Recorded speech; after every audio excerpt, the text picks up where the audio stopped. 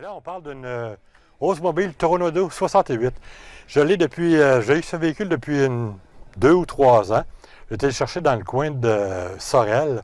Ce qui est de particulier sur la Toronado 68, c'est qu'à partir de 66, la Toronado était traction avant. Ils ont parti ces modèles-là à traction avant. Ils ont essayé différentes options, puis ils ont adopté la traction avant. Alors, c'est intéressant. Ça donne une bonne tenue de route. De toute façon, la marque n'a pas innové au niveau de la traction avant. C'était les modèles Stutz et Auburn qui avaient débuté ça dans les années 30. Et puis, de fil en aiguille, ils ont abandonné l'idée, mais ils ont repris ça, c'est GM, à partir de 1966. Cette-ci, c'est une Toronado 68. Ce qui est intéressant, c'est que les phares sont complètement escamotables. C'est deux trappes qui ouvrent de chaque côté, qui laissent voir les quatre phares pour la conduite le soir.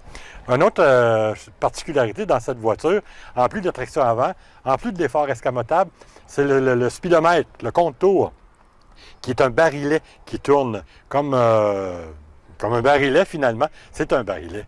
C'est pas d'autre chose que ça. Vous allez le voir par vous-même. Alors, c'est assez spécial, les chiffres qui sont indiqués. Et puis, au fur et à mesure que la voiture est sur la route, on voit les chiffres monter. C'est assez spécial. Et puis, c'est une voiture qui, somme toute, est assez confortable. Mais c'était quand même une grosse voiture. Les Toronado, on sait que c'était des modèles qui étaient prisés par les médecins, les notaires, les avocats, la gomme, la grosse gomme. C'était une voiture qui était à la fois luxueuse et aussi à la fois sportive parce que ça donne une excellente performance. La motorisation, c'est un 455 pouces cubes de GM avec, comme je disais tantôt, comme je l'ai si bien souligné, une traction à l'avant.